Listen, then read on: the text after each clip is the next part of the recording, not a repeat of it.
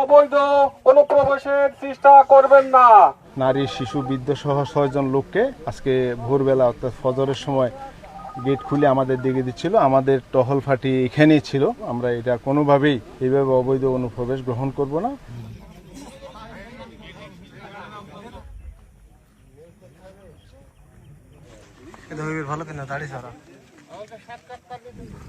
অবৈধ অনুপ্রবেশ কোন প্রকার গ্রহণযোগ্য নয়।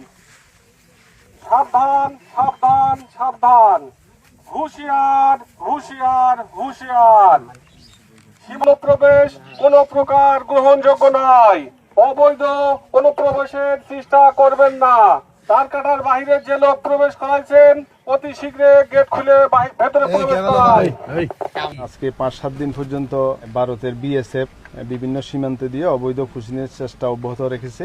এরই ধারাবাহিকতায় আমাদের কুষ্টিয়া ব্যাটালিয়ন 700 অবৈধ অনুপ্রবেশের চেষ্টা করবেন না।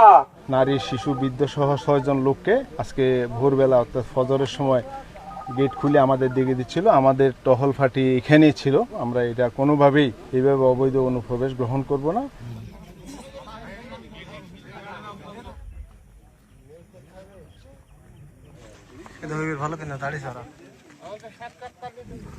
অবৈধ অনুপ্রবেশ কোন প্রকার গ্রহণযোগ্য নয়।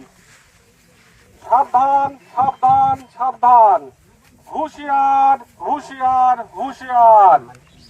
সীমাপ্রবেশ কোন প্রকার গ্রহণযোগ্য নয়। অবৈধ অনুপ্রবেশের চেষ্টা করবেন না। তার কাটার বাহিরে যে লোক প্রবেশ করাইছেন অতি শীঘ্রে গেট খুলে ভেতরে প্রবেশ করায়। আজকে 5-7 দিন পর্যন্ত ভারতের বিএসএফ বিভিন্ন সীমান্ত দিয়ে অবৈধ পুষিনের চেষ্টা অব্যাহত রেখেছে। এরই ধারাবাহিকতায় আমাদের কুষ্টিয়া ব্যাটালিয়ন 700 সহকর্মী সোহাগ হায়দার এবং চাঁপাইনবাবগঞ্জ সীমান্তে আছেন জাহাঙ্গীর আলম। সরাসরি প্রথমেই যাচ্ছি সোহাগের কাছে। সোহাগ,